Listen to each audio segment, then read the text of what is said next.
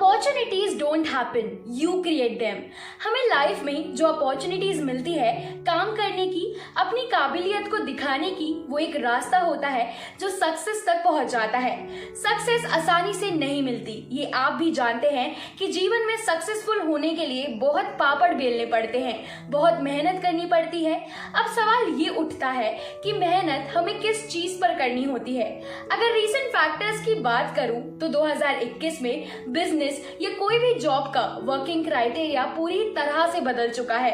आजकल जब कोई भी कंपनी किसी व्यक्ति को रिक्रूट करती है तो वो अपने एम्प्लॉय में कुछ पर्टिकुलर स्किल्स देखती है कि क्या आप उनकी रिक्वायरमेंट ऑफ स्किल्स को पूरा कर पा रहे हैं या फिर नहीं। तो दोस्तों, आज के इस वीडियो में मैं आपको बताऊंगी टॉप 5 स्किल्स जिसको डेवलप करने की आपको अपने अंदर बहुत ज्यादा नीड है, क्योंकि आप आगे जाकर किसी कंपनी में अगर जब भी इंटरव्यू देंगे इन द फ्यूचर तो रिक्रूटर्स यही कुछ स्किल से आपको जज करेंगे।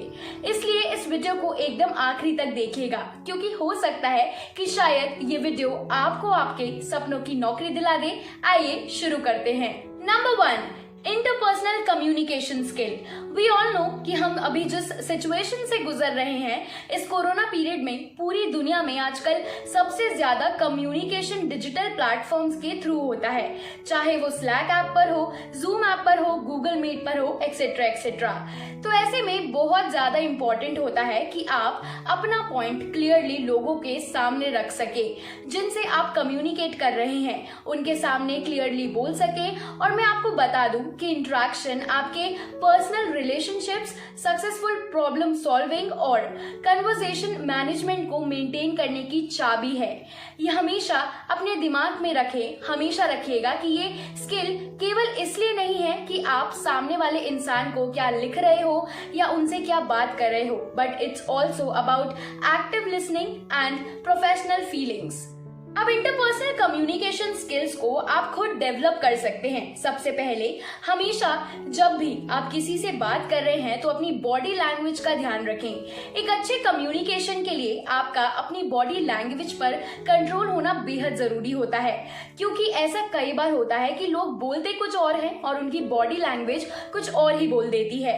इसलिए इस बात का ध्यान हमेशा रखें कि आप जो भी बोल रहे हैं आपकी बॉडी लैंग्वेज भी उसी बात की तरफ इशारा करती है। फिर ये कि आपको हमेशा सामने वाले इंसान के साथ नेचुरल तरीके से पेश आना है ताकि लोग आपसे आसानी से बात कर सके।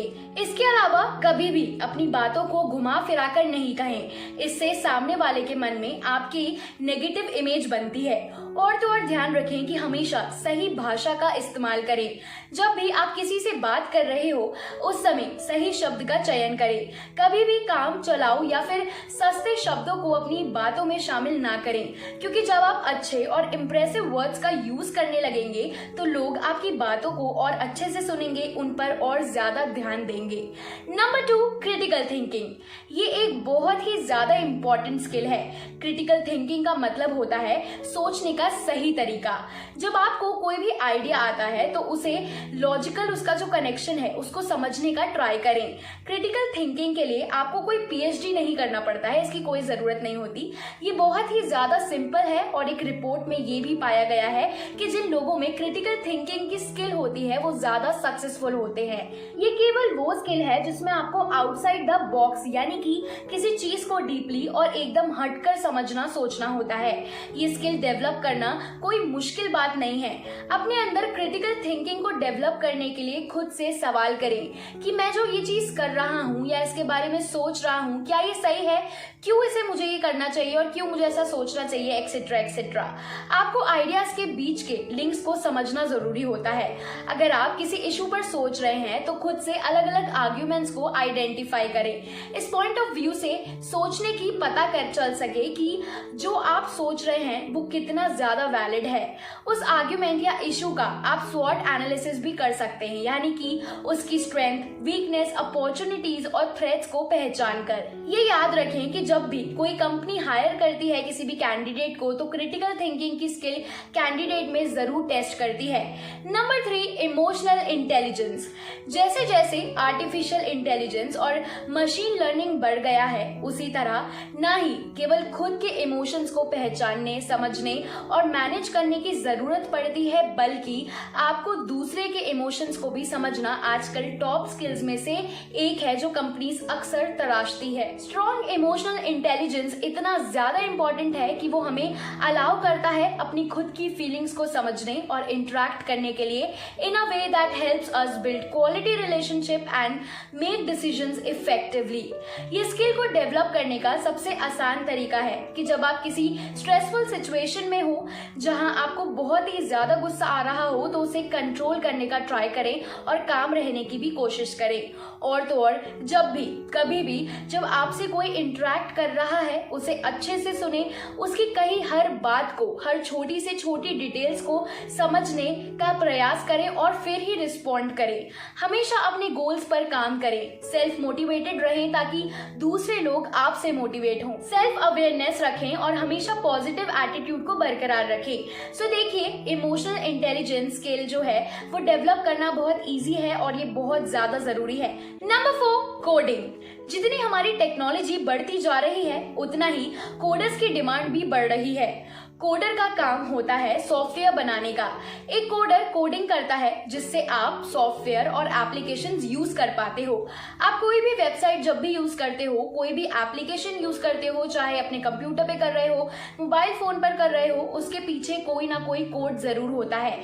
ऐसे में कोडर की जरूरत पड़ती ही है और केवल इंडिया में ही नहीं, कोडर्स की रिक्वायरमेंट अब्रॉड में भी मांगी जाती है। कोडिंग सीखने के बहुत सारे कोर्सेज हैं, ये आप कर सकते हैं, जैसे कि बीटेक, BCA, BSc, IT, ये कोर्सेज अवेलेबल है, आप कर सकते हैं। और तो और कुछ स्पेशल कोर्सेज भी होते हैं जिन्हें आप अप्लाई कर सकते हैं। Number 5, stress management. हम सब की जितनी भाग दौड़ भरी जिंदगी हो गई है, जो हमारा रूटीन है, उस हिसाब से हमें हर छोटी छोटी बातों पे स्ट्रेस आ जाता है। ऐसे में स्ट्रेस मैनेजमेंट आना बहुत इंपॉर्टेंट है, क्योंकि when you work for a company तो बहुत बार ऐसी सिचुएशंस आ जाती हैं जहां वर्क एनवायरनमेंट ना चाहकर भी स्ट्रेसफुल हो जाया करता है। ऐसे में स्ट्रेस मैनेजमेंट बहुत ज्यादा इंपॉर्टेंट स्किल है। स्ट्रेस होने के कारण कई बार लोग डिप्रेशन में चले जाते हैं। स्ट्रेस मैनेजमेंट को डेवलप करने का बहुत ही आसान तरीका है कि सुबह उठकर आप योग करें, एक्सरसाइज करें, अपने माइंड को थोड़ा फ्रेश रखने का ट्राई करें, मेडिटेशन करें, लंबी लंबी सांसें लें और हमेशा ही पॉजिटिव माइंडसेट रखें। इससे आप स्ट्रेस को दूर कर पाएंगे और ये बहुत ही ज्यादा इफेक्टिव स्किल है जो आपकी लाइफ को पीसफुल बनाने में हेल्प करती है और आपको खुश रखती है। तो अब आई थिंक आपको अपनी इन स्किल्स पर काम जरूर करना चाहिए। अगर आपको हमारा आज का ये वीडियो अच्छा लगा हो तो इसे लाइक और शेयर जरूर करें। चैनल वी फॉर इनोवेटिव को हमारे सब्सक्राइब नहीं किया है तो प्लीज कर दीजिए, hit the bell icon and select all, ताकि आपको ऐसे ही इंपॉर्टेंट इन्फॉर्मेटिव वीडियोस हर दिन मिलते रहें। मैं मिलती हूँ आपसे अगले वीडियो में। Take care and stay safe.